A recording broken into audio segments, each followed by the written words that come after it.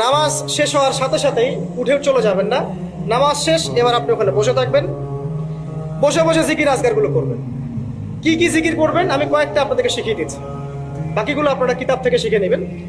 সালাম ফেরানো শেষ, প্রথমে একবার আল্লাহু আকবার, তারপর তিনবার আস্তাগফিরুল্লাহ আস্তাগফিরুল্লাহ আস্তাগফিরুল্লাহ, এরপরে পড়বেন আল্লাহুম্মা আনতাস সালাম ওয়া মিনকাস সালাম তাবারাকতা ইয়া যাল জালালি ওয়াল ইকরাম পড়বেন। তারপর আল্লাহুম্মা আইন্নি আলা যিকরিক ওয়া শুকরিকা ওয়া হুসনি ইবাদাতিক। এরপরে পড়তে পারেন আয়াতুল কুরসি, যেটা একটু আগে বলেছি, তাসবিহাত সুবহানাল্লাহ আলহামদুলিল্লাহ আল্লাহু আকবার 33 33 33, পরে কালিমা শাহাদা, অথবা 10 10 10ও পড়ার দলিল আছে।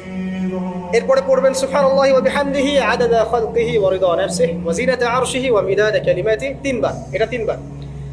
তারপর তিন কুল তিনবার করে, সূরা ইখলাস তিনবার, ফালাক তিনবার, নাস তিনবার। সূরা হাশরের শেষ তিন আয়াত